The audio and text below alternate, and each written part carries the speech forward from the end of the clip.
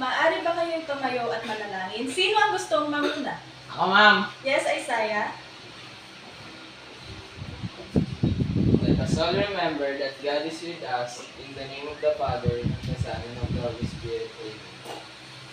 Michael the Archangel, defend us in our daily battle. Be our safeguard against the wickedness and snares of the devil. May God rebuke him, we humbly pray and do thou, O Prince of the heavenly host, by the power of God, cast into him Satan and all the other evil spirits who roam throughout the world seeking the ruins of souls. Amen. Michael the Archangel, guard and pray for us. Amen. The Father, the Son, and the Holy Spirit. Amen. Okay, so thank you. Maaari na kayong umupo. So, mag-check muna ako ng attendance. So, sino-sino ang mga absent ngayong araw na ito? Wala po! Mabuti naman kung ganon. So, bago tayo dumako sa ating bagong aralin, magbalik-aral muna tayo. Maglabas kayo ng isang kwadernong papel at para sa inyong activity, sagutan ninyo ang mga sumusunod na aking babasahin. Sagutan lamang ito ng tama o mali. Naiintindihan niyo ba? Opo. Okay. So, number 1, maraming mga lupain ang nasakop ng mga kanlurang Asya dahil sagana ito sa mga likas na yaman. Tama o mali? Number 2 na ba? Yes. Opo.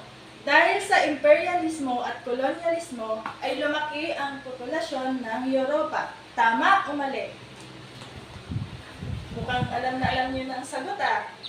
So number 3, ang mga Portuguese ang nagpalaganap ng Kristyanismo sa Pilipinas dahil si Ferdinand Magellan ay nagmula sa Portugal. Tama o mali? Number 5. Number 4. Number 4. So, okay. So number 4 na ba? Opo. Opo. Ang kolonyalismo ay nagpadala ng paghihirap sa mga bansang nasakop dahil sa kawalan ng karapatang mamahala sa sariling lupain. Tama o mali? So, bago tayo dumako sa number 5, mayroon akong karagdagang tanong sa inyo. Pero recitation to ha, plus points to.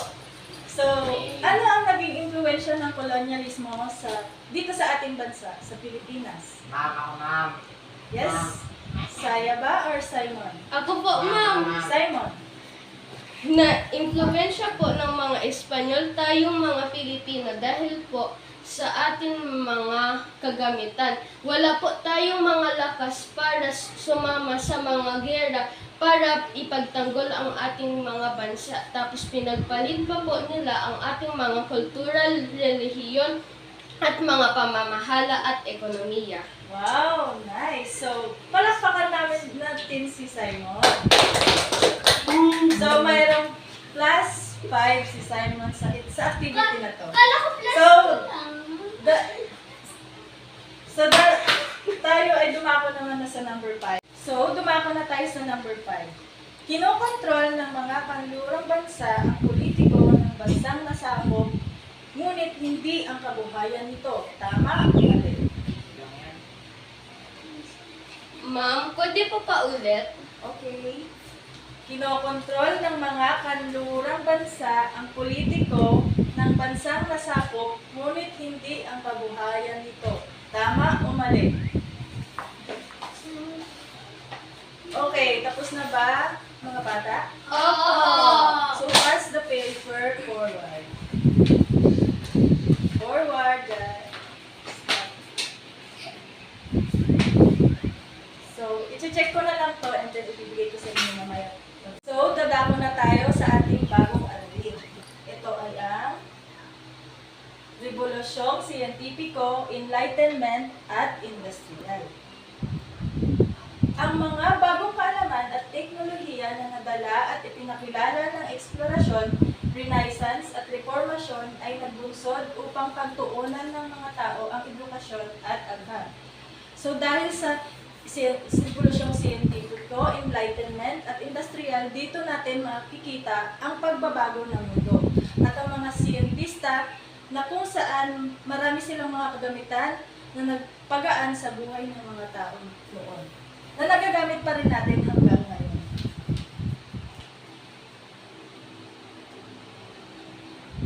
So, dito tayo sa una, ang Rebolusyong Siyentipiko. Sa English ay, Scientific.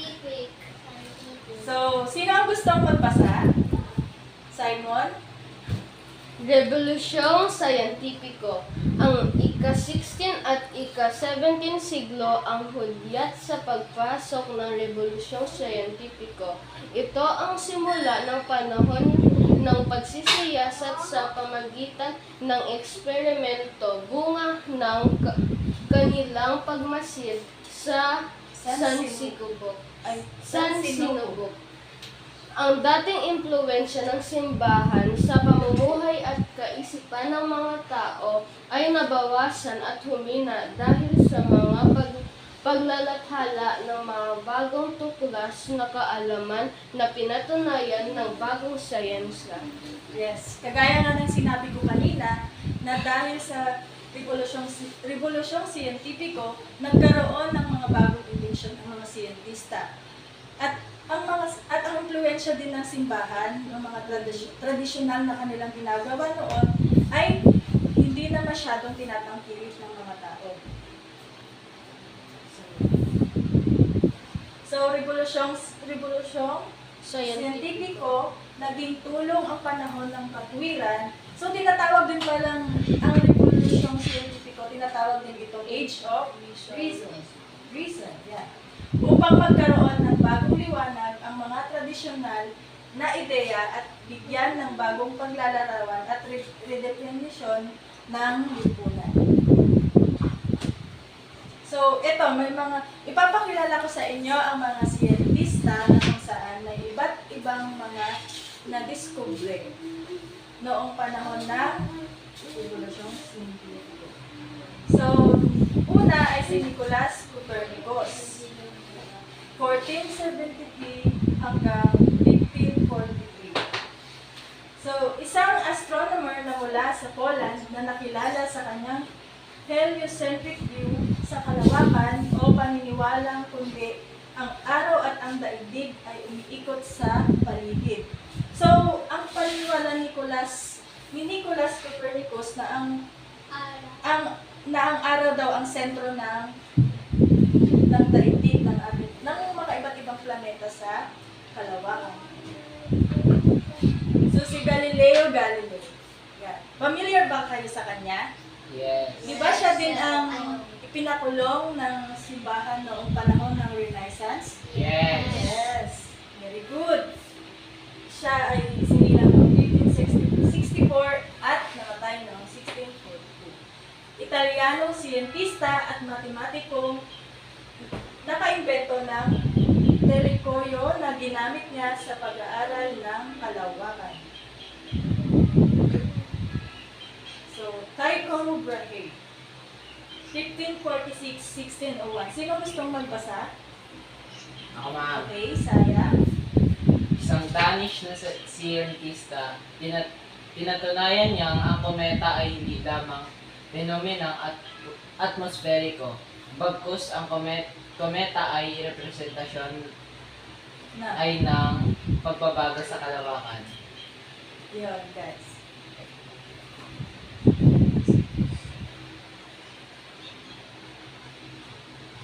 Johannes Kepler.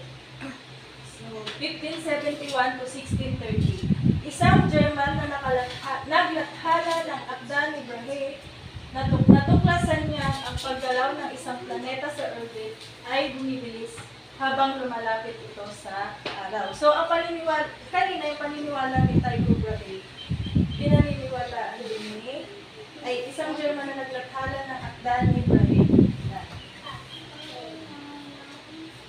Isaac Newton. So, talagang familiar kayo dito. 1643 to 1727. Isang English na mathematician, natuklasan niya ang law of gravity bilang paliwanag sa paggalaw ng planeta. Ito yung natural law. Tinatawag ba? Descartes, 1596 to 1650. So, sino ang gustong magbasa? Okay, Simon. Isang pilosopo at matematisyan na French. Ipinaliwanag niya ang mga suliranin sa agham at filosofiya gamit ang pamaraang matematikal. Thank you. So, dito dumako na tayo sa panahon ng Enlightenment.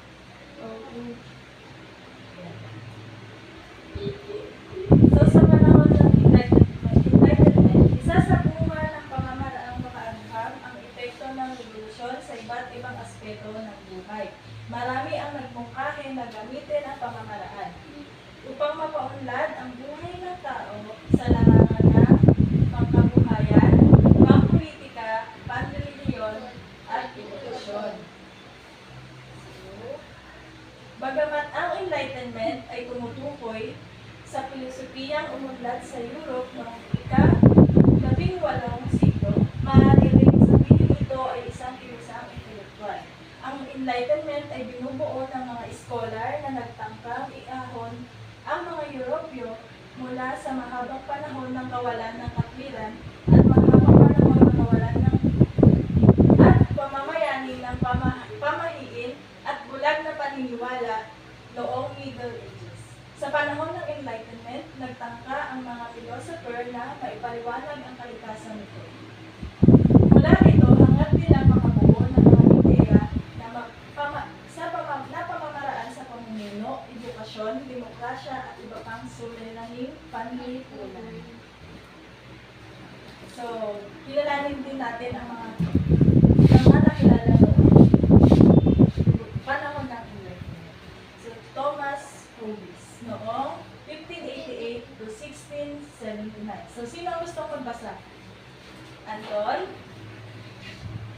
Ang tao ay tigas na makasarili kung kaya palagi niyang tunggali ang kapwa-tao. Very good.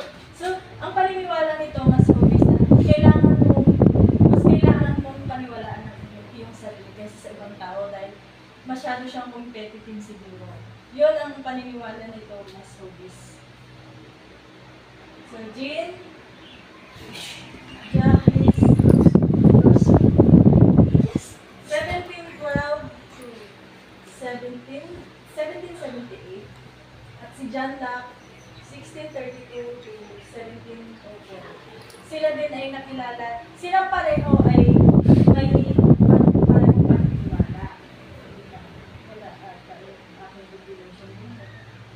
So, si Mary Wollstonecraft noong 1759 to 1797. Ang kanya akda ay Vindication of Right of Women. Tinalakay ang karapatan ng kababaihan at sinabi na dapat magkaroon ng kababaihan ng karapatang bumoto at magkaroon ng posisyon sa pamahalaan. So, alam naman natin lahat na noong unang panahon ng mga kababaihan ay nasa bahay lang, di ba? Puro lalaki lang ang nagtatrabaho, nasa pamahalaan. So, si Mary Wollstonecraft, yun ang kanyang inilathala.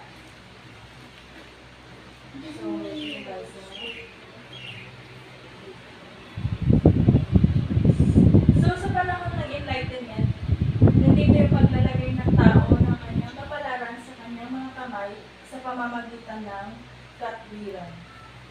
So, panahon ng industrial. Ito na pumapasok yung mga pag-invento ng mga makina. Diba?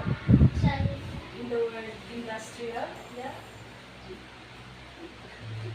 So, sino gusto magbasa? Saya? Ay, Saya. Taong 1700 at 1800 nang nagkaroon ng malaking pagbabago sa aspektong agricultural at industrial sa mga bansa sa Europe at United States. Naging malaki naging daan ito upang sila ay magkaroon ng malaking kita at mapaunlad ang kanilang pamumuhay. Yes, tama. Dahil sa panahon ng industrial, nagtumaan ang mga tao ito. Dahil sa mga invento na bagong invento ng mga inventor. So, ang unang inventor is si George Washington Carver, 1864-1943. Itinaguyod ang siyentipikong pamamaraan ng agrikultura. Tinuruan ng mga magsasaka ng crop rotation. So, ito yung nagaganap na crop rotation na yung isang mga, kunwari, magtatanim ka ng palay. Tapos, ano yun, yung first crop ba yun? Palay. Tapos, second crop, mani. Ganon. Crop rotation at pagbato. Isa Yes, pong sir. halimbawa sa soil erosion. Parang po, ito pong halimbawa. Kung itatanim mo ang mais sa cornfield, tapos sa cabbage naman, sa cabbage field po. Tapos sa next year naman, kapag na-harvest naman po yun, ipapagpalit na po yung pwesto ng dalawang uri ng ng gulay. Yung mais ay ipapagpalit doon sa cabbage, tapos yung cabbage ay ilalagay sa paglagayan ng mais. Yes, tama. Parang ganun din ang crop rotation. Ni George Washington. So, sunod si Thomas Newcomen noong 1964 to 1729. So, naka-invento ng isang steam engine na pinaandar ng artificial pump noong 1700. So, what do you mean steam engine? Yung sa trend. Yeah, parang pinapaandar sa tren sa barko. Opo. So, James Watt, noong 1736 to 1890. Pinagbuti naman ni James Watt ang steam engine ni Newcomen. So, yung invention ni James, parang in-upgrade na lang yung steam engine na project ni Newcomen. So, si Robert Fulton noong 1765 to 1858, isang Amerikanong inventor na nakabuo ng isang steamboat na tinatawag na Plymouth. So, yung ano ba? Yung Titanic ba, mga bata? Steam engine ba yun? Opo. Yes. Dahil ito ay pinapaalala na Steam engine. yung ano, yung Yung may coal. cooling. Coal. So, si Alexander Graham Bell. Familiar ba kayo kay Alexander Graham Bell? Hindi po. Siya ang naka-invento ng telepono. Phone. Noong 1847 to 1923. Isang professor sa Boston na nakapaglas sa telepono noong 1876. So, telepono, may sa mga grade, diba? So, individual activity na tayo. Titingnan natin kung may natutunan kayo sa ating naging aralin ngayong araw na ito. So, paano to? Basahin at tukuyin ang sumusunod na pahayag. Isulat ang titik ng tamang sagot sa sagutang papel. Bring out one. So, hanggang number 3 lang po. So, okay, ready na ba, mga bata? Opo. Opo. So, number 1. Focus na. So, number 1, isinulong niya ang aral tungkol sa paghihiwalay ng kapangyarihan ng mga sangay ng ehektibo, plenistura, at hukuman sa isang pamahalaan. A. Voltaire. B. Baron T. Montesquieu. C. Thomas Hobbes. O D. John Locke. Bawal ang magkopyahan. -1. So, number 2. Ginamit niya ang ideya ng natural law, o nabanggit ko kanina, upang isulong ang teorya ng gravity kung saan ipinaliwanag niya ang puwersang nagtataguyod sa paggalaw ng mga bagay sa buong universe. A. John Locke, B. Voltaire, C. Isaac Newton, or D. Thomas Hobbes. Natural law, F, ma'am. law of gravity. Paul. Okay na ba? Opo. So, dako na tayo sa number 3.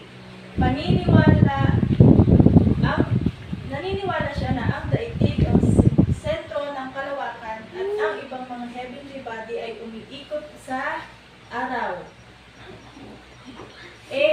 Geocentric, B. Heliocentric, C.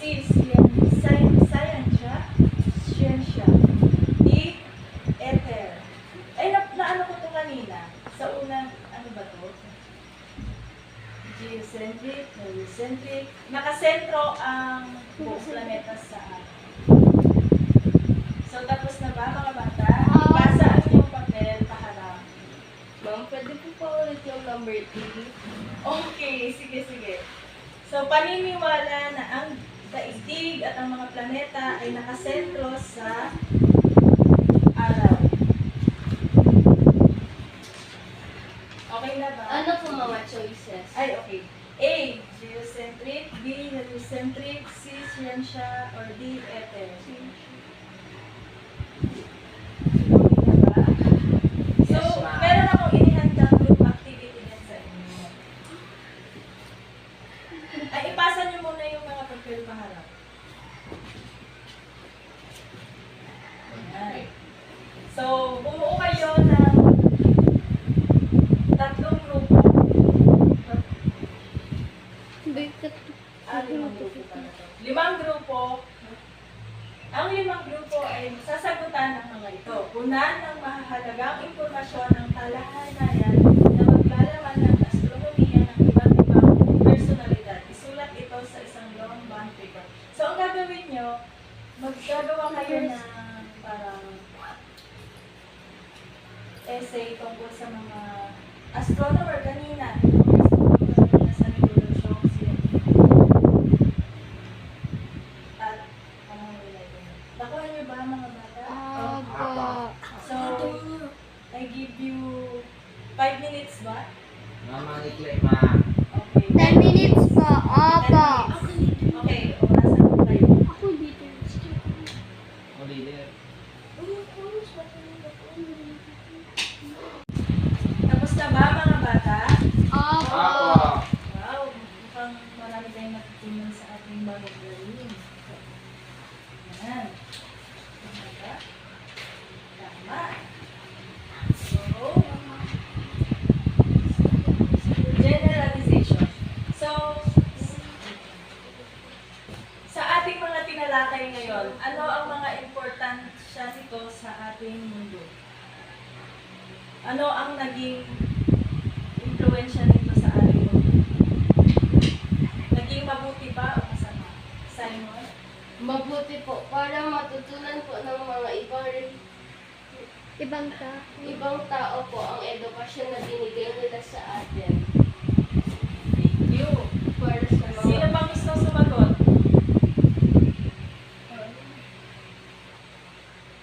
Saya? Ma'am, di ko alam, ma'am. Okay. Anton? Tama po. Okay. Para po may mga tao po na matutunan pa yun. Pwede din. Simon, again? Binigay po nila ang mga kanilang kaalaman galing sa mga atmospheric po na mga kagamitan para doon. Tapos po, pinaliwanag nila yung mga gravitational force katulad doon po sa mga planeta po sa labas na hindi po natin nalalaman. Ang husay. So, si Simon, dagdag plus points na naman yung sa akin. Dahil tama siya. Dahil sa mga siyentista at mga inventor noong panahon ng revolusyon ng siyentiko, enlightenment at industrial, wala tayong mga kagamitan. Wala tayong Wala nalalaman. tayong mga kagamitan na at wala tayong mga bagong kaalaman.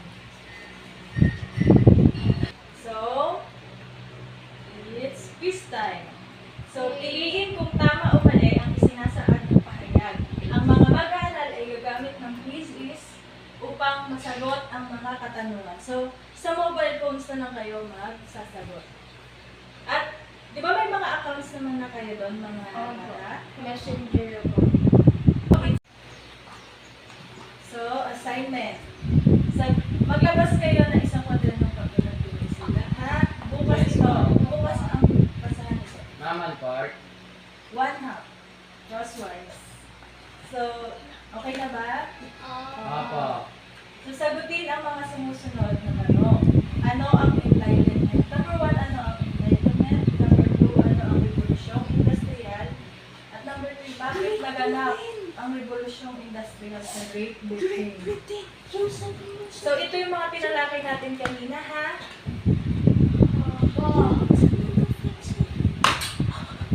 So, tapos na bang nasulat? So, maraming salamat sa pakikinig. Goodbye, class! Goodbye and thank you, ma'am.